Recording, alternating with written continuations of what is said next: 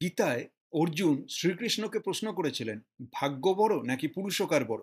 মানে সবই কি আগে থেকে ঠিক করা আছে নাকি আমার নিজের হাতেও আছে কিছু? তবে কিনা আজকের যুগে এসব ভাগ্যটাগ্য নিয়ে কথা বলে নাকি কেউ? যত সব আনসাইন্টিফিক ব্যাপার। তাহলে বরং বিজ্ঞানের ভাষায় আসা যাক। জিন আমাদের ভবিতব্য নির্ধারণ করে নাকি এনভায়রনমেন্ট? অথবা আমার ফ্রি উইলেরও কোনো দাম আছে? ধরুন, যে মানুষটা মুখচোরা, চুপচাপ একলা একলা ভাবনা চিন্তা করতে ভালোবাসে, সে কি লয়ার হবে নাকি লেখক? যে সব কিছু গুছিয়ে পড়ে দেখে লিখে রাখতে ভালোবাসে, সে কি অ্যাকাউন্ট্যান্ট হবে নাকি সেলসম্যান?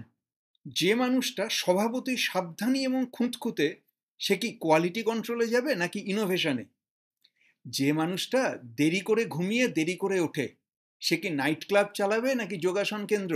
আপনি কেমন মানুষ, তার পেছনে রয়েছে আপনার জিনের কারিকুরি। আপনি যদি আগুন নিয়ে খেলতে ভালোবাসেন, তাহলে গোটা দুনিয়া আপনাকে যতই বলুক না কেন রয়েস হয়ে কাজ করো, আপনি কিছুতেই শুনবেন না। আপনি যেমন, সেটা আপনার জেনেটিক মেকআপের ওপর নির্ভর করে। তাহলে কি করবেন? সবই কপালের ওপর ছেড়ে দেবেন, নাকি আপনাকে দিয়ে যেটা ভালো হয় সেই পথে কত দূর যাওয়া যায় সেটা দেখবেন? সবই কপালের নামে ছাড়বো নাকি নিজের হাতে কিছু রাখবো, তার বিস্তারিত আলোচনায় যাওয়ার আগে জানিয়ে রাখি, আমার নাম প্রবীর চ্যাটার্জি, আমি মিড লাইফ ট্রান্সফরমেশন কোচ। 40 পেরোনো পুরুষদের ভালো ভাবা, ভালো বলা আর ভালো দেখানো শিখিয়ে তাদের জীবন বদলাতে সাহায্য করাই আমার কাজ। এই কাজ সংক্রান্ত ভিডিও আপলোড করছি প্রত্যেক সপ্তাহে।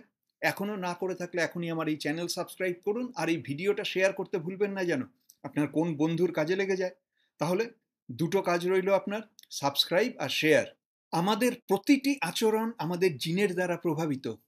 আপনার ঠান্ডা ভালো লাগে না গরম, চা ভালো লাগে না কফি, মাছ না মাংস, শীতকাল না গরমকাল, সারাদিন কাজের পর চুপচাপ বসে গল্প করা নাকি নাইট ক্লাবে গিয়ে নাচ করা, ঝামেলা দেখলে তাতে ঝাঁপিয়ে পড়া নাকি ঝামেলা এড়িয়ে যাওয়া, এই গোটাটাই, সবকটাই আপনার জিনের ওপর নির্ভর করে।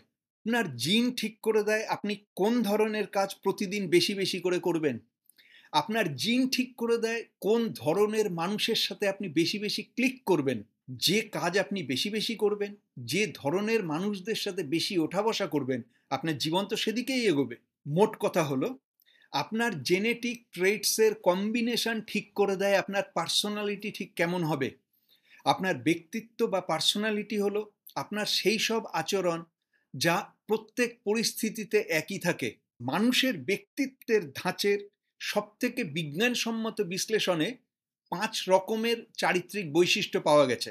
1 নম্বর হলো, আমরা কি কৌতূহলী বা উদ্ভাবনী মানসিকতার, নাকি সাবধানী এবং গতানুগতিক? 2 নম্বর হলো চটপটে এবং গোছানো মানসিকতার, নাকি গা ছাড়া এবং শেষ মুহূর্তে সব করা মানসিকতার? 3 নম্বর হলো, আমরা কি বহির্মুখী নাকি অন্তর্মুখী? 4 নম্বর হলো, আমরা কি মিশুকে এবং সহমর্মী নাকি নিস্পৃহ এবং কাঠখোট্টা? 5 নম্বর হলো, আমরা কি উদ্বিগ্ন এবং স্পর্শকাতর নাকি আত্মবিশ্বাসী এবং শান্ত? এর মানে এই নয় যে আমরা হয় এটা নয় ওটা, খাড়াখাড়ি দুভাগে বিভক্ত, তা নয়।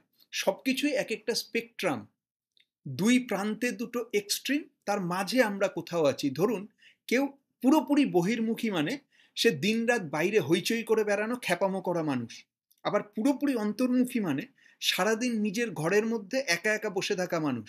এবার আপনি হয়তো এই লাইনের মধ্যে অন্তর্মুখীর দিকে একটু চেপে আছেন, মানে লোকজনকে একটু এড়িয়ে গেলেই ভালো লাগে বোধহয়। আবার অন্য ক্ষেত্রে আপনি হয়তো মিশুকে বা নিস্পৃহ, এই এক্সট্রিমিটির দুটোর মাঝখানে মিশুকের দিকে একটু ঘেঁষে আছেন। তাহলে দুটো ক্যারেক্টারিস্টিকের কম্বিনেশন মিলিয়ে আপনি নিজের থেকে লোকের সাথে আলাপ করবেন না, কিন্তু কারোর সাথে একবার আলাপ হয়ে গেলে খুব গল্প জমে যাবে আপনার।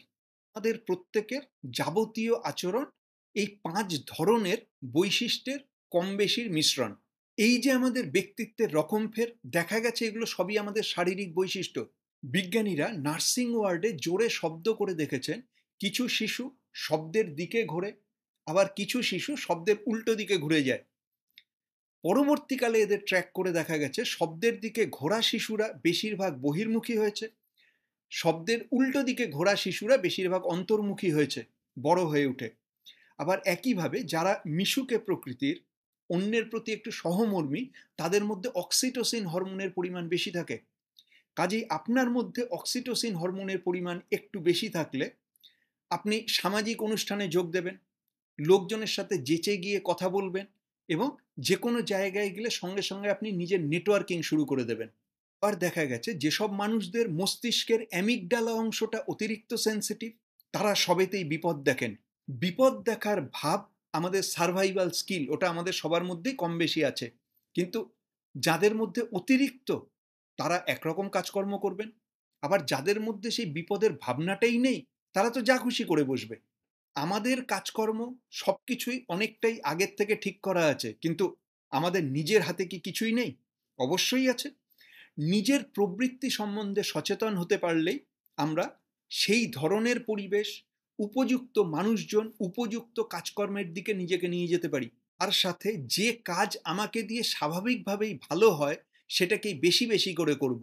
তার মানে নিজের সেই ভালো গুণগুলো বা সেই অ্যাডভান্টেজটাকে এক্সপ্লয়েট করব।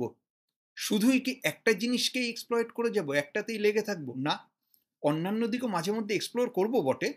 তার মানে বেশিরভাগ এক্সপ্লয়েট, যেটা ভালো চলছে সেটা এক্সপ্লয়েট, আর ভালো না চললে এক্সপ্লোর, দুটোকেই কম বেশি করে চালিয়ে যেতে হবে।